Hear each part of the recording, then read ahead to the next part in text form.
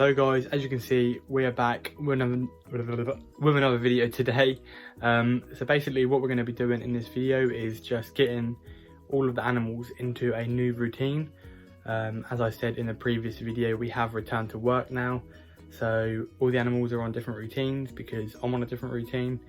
I can't just get up when I want and do what I want.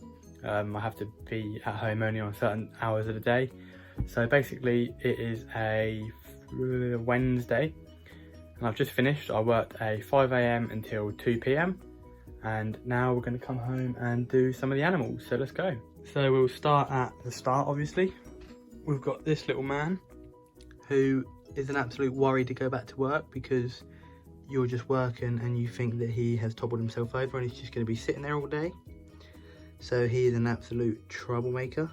But as you can see, as soon as I come up to the Viv, he's straight over wanting some head pets and he loves them.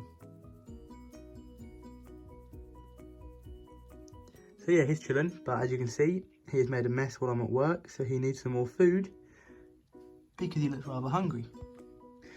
But he was out in this little run, excuse the feet. I normally do get him outside, but as I was doing all of the other bits, I thought I'd just let him on the carpet. It's not ideal to have him on the carpet unless you're monitoring them because they're babies. They like to test everything that they're not sure about with their mouth. So if he wasn't sure about some wool or some bit of carpet, he would test it by having a little nibble. And if that goes into his belly, then it's not good. But he's growing loads and he's putting on a lot of weight and he's doing really well. But we'll get round to him further on in the video. So here we have the Madagascar Haysian cockroaches. We got these from the live food hub. Just trying to open the tub with one hand. Now we got a few adults and a few babies, but we got the nymphs when they were really, really young. And I don't know if I can actually see any. They were in this bit of log here, and they have got absolutely huge. They've grown like mad. So yeah, we just changed their water. Not that I drink from it very often. Emptied their old fruit and veg out. Need to put some more in there. But I did just scare them all. But if you can, if I just lift this bit up. They're all under there chilling. But they're doing good.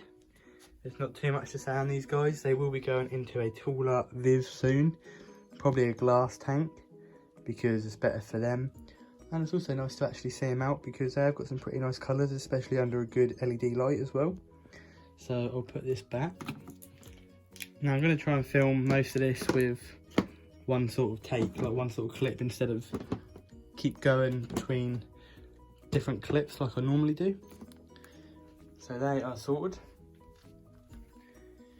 We've just fed this absolute beast in here, Fredo. Again, looking cool as anything. You can see him quite well there. He's just done an absolutely humongous poo, which he left for me so I could clear up after work. So that was always nice. Crushed about 7 locusts just now.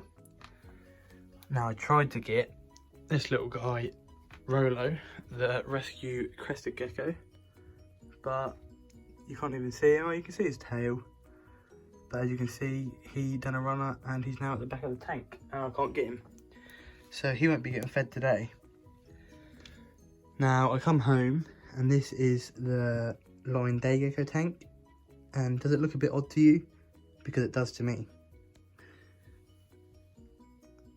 So we've got the UVB here, the heat bulb here, but how are these plants growing? I normally have a Jungle Dawn LED bar going across here, and I come home and it wasn't working. So what I've got to do in a minute is run down to the pet store. I gave them a call earlier and they're going to swap it out for me because an LED bar shouldn't be going that quickly, especially an Arcadia Jungle Dawn one. Not really sure what happened. I tried it on a different plug, stuff like that. I reckon it might have overheated. But obviously I want to get one straight away because the growth on this tank is pretty insane. Got a few things going on with the peace lily. No idea what this is. got this doing well, other than the locust that decided to take an absolute meal out of it. So cheers. Again, we've got the peace lily coming through the centre, growing quite tall. And we've got loads of stuff going on, but this will be a full update again soon. The umbrella plant is growing so much that the tops of them are actually getting burnt, which in a way is a good thing and in a way is a bad thing, but that needs a little bit of a trim. Come around to here, you'll be pretty amazed by the growth of roots, considering this was planted about 2-3 weeks ago. We've had some pretty insane results. We've got roots that are coming out of the tank and going up into the background. We've got more that are going up and then back down. Got loads going obviously across. And we've got them going through all of the layers into the bio balls and all the way to the bottom of the layer where the water is. So they know where the water is and they know how to get to it. And as you can see, this big one here, which has got all of the little, whatever they're called, you know what I'm on about.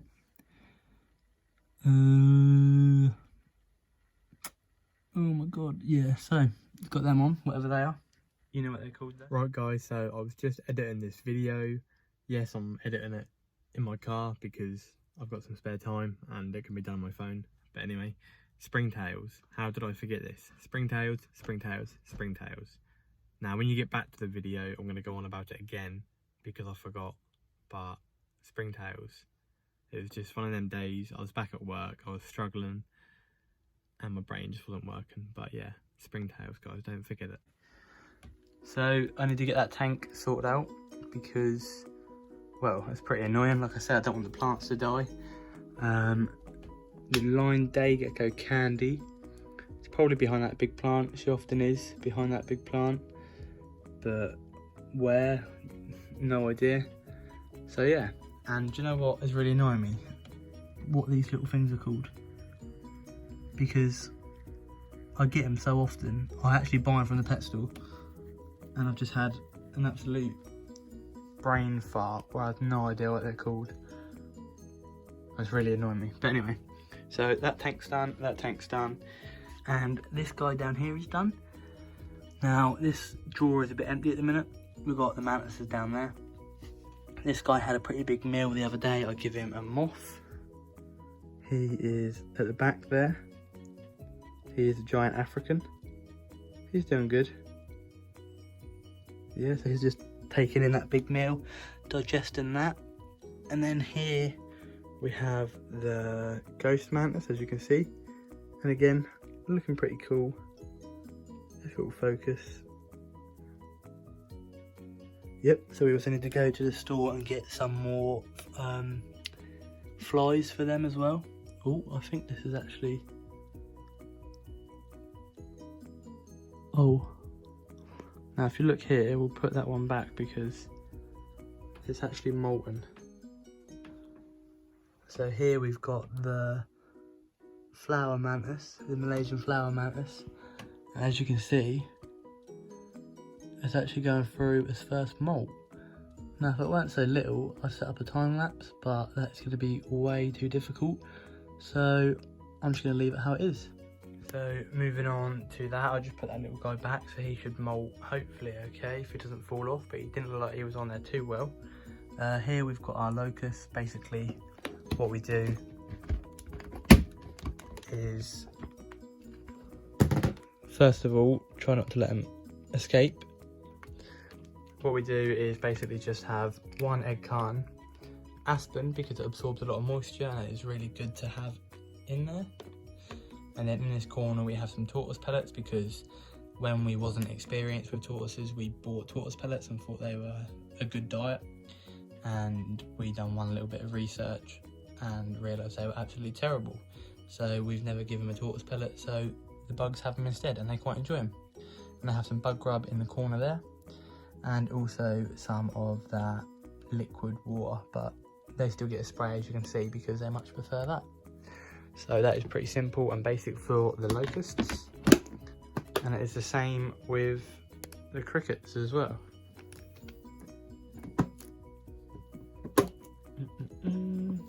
It's really hard doing stuff with one hand. No wonder I always film and then do it after. There we go, we're in.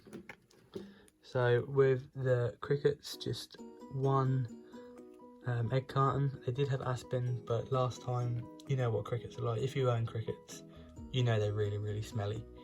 And I feel like they smelt less in a bottomless tank like this. So that is how it's going to stay.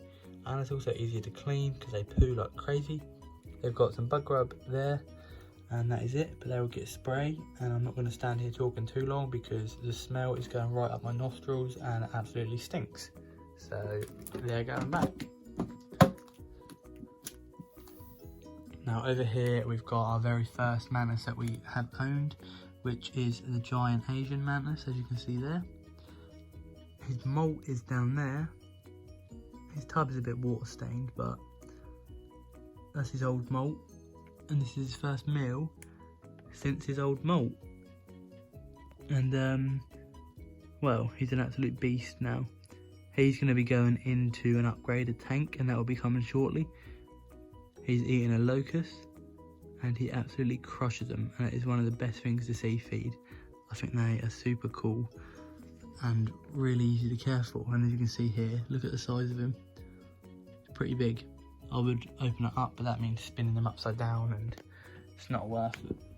So this is the tub that he'll be going into.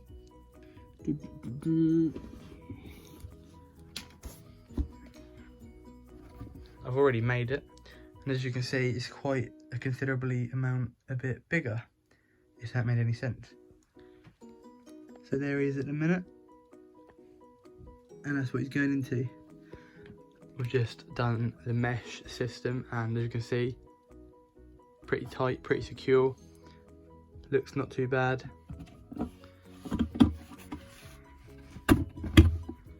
There we go. I hope this video don't come out too messy, because doing everything with one hand, I feel like it's quite messy, but we'll see. So yeah, that's what he's going into. But at the minute, he's all good. And that is Duke for you. So next, moving on. Gussie's just chilling, doing his thing. Probably going to come up to me again. So we're quickly going to go. And then we're on to the Isopods. Now I just give them an absolutely massive spray down. They've got a really deep layer here, which is quite deep for Isopods. It doesn't look deep, but that's pretty deep. And they're doing really well. So I say they're breeding like crazy. They always breed for me. I've not had to buy new Isopods in God knows how long. Tootie the cat has come to visit me, who is an absolute little troublemaker. But she's pretty cute as well. She's alright. And she loves watching the locusts and the crickets. And like I say, in here with the Isopods, absolutely crazy. We've got little mealworms, we've got Isopods, but the majority are little mealworms and Isopods. You get a few accidental mealworms in here somehow, but as you can see, they're all under this. There. But I'm not going to disturb them too much. Tootie wants to know what's going on, because, well, if you've ever heard the saying, curiosity killed the cat, she is extremely curious. So they're doing well, and there will be an update video on them guys soon. This little trouble is always causing mischief, and I've got to keep an eye on her because she'll maybe try and knock the tub off. And over to this tank. This tank is the other line day gecko, Kane, which is the boy. And obviously he was the one that got separated because he was getting beaten up and he was not in a very good condition. But now he's doing really well. He always hides back here. I have got one really good video which I'll try and put over this to show you him. But he doesn't come out, but when he does, you'd be pretty amazed by the colours.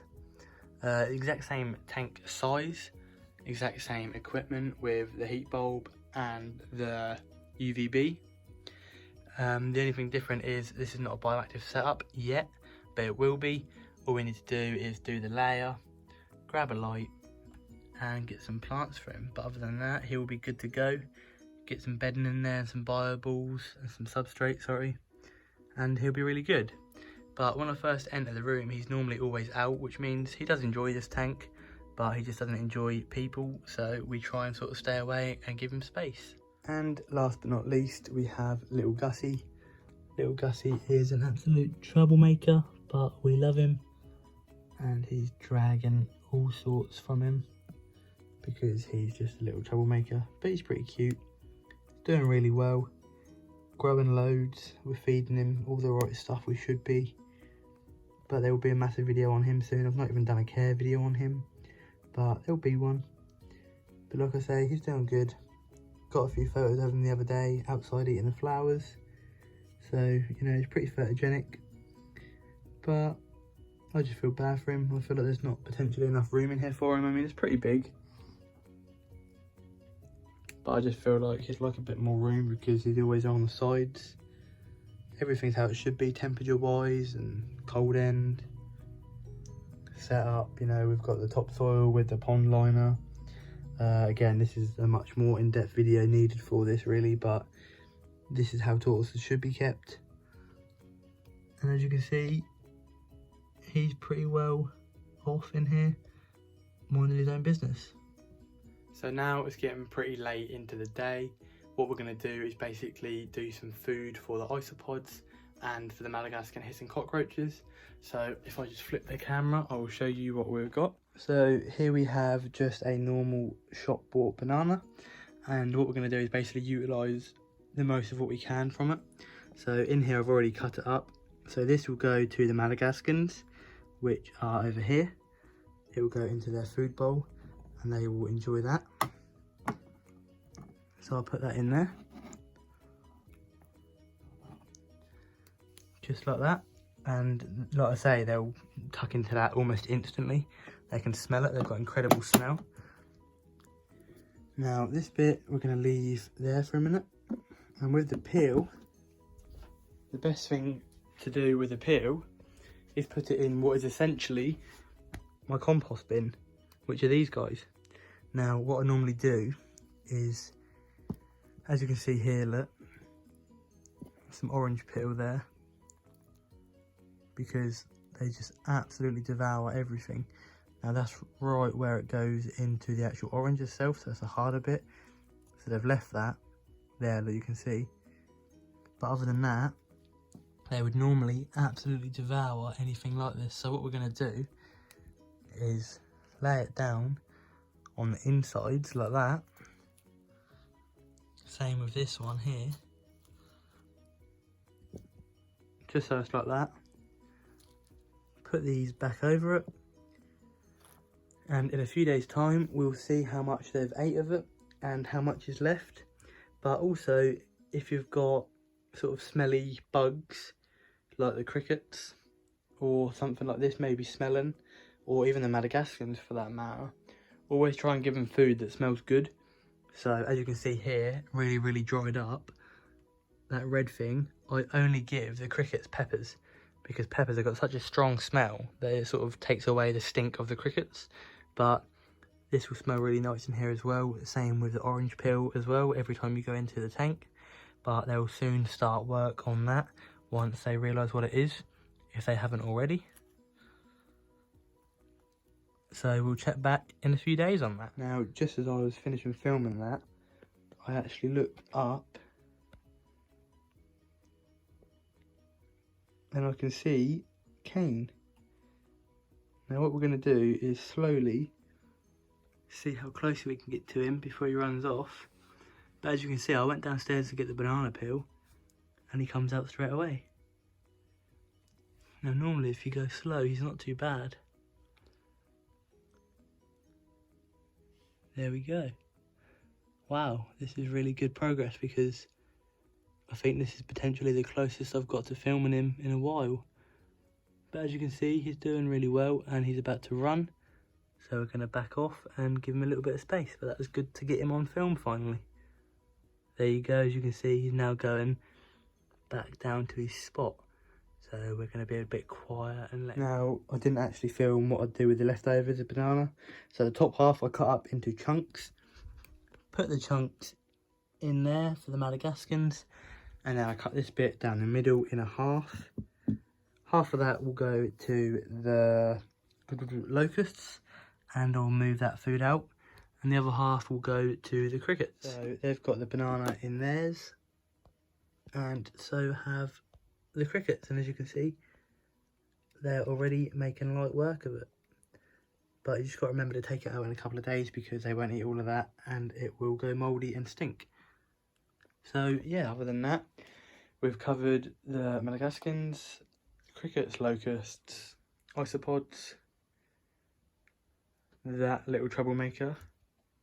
Oh, he might fall. Uh-oh. Oh no. No, he's good. And how cool are these stickers, by the way? So yeah. So guys, that is today's video done and dusted. It didn't really have no main core. There was not a specific topic I was covering. It was just I felt like filming, and I thought why not? It would be like a little extra video during one of the weeks that I upload. It would just be added in there. But yeah, other than that, that is it. So thank you guys for watching. I'm gonna go get on and do a few of the boring bits now off camera. So other than that, stay tuned for another one next week, and I'll see you later.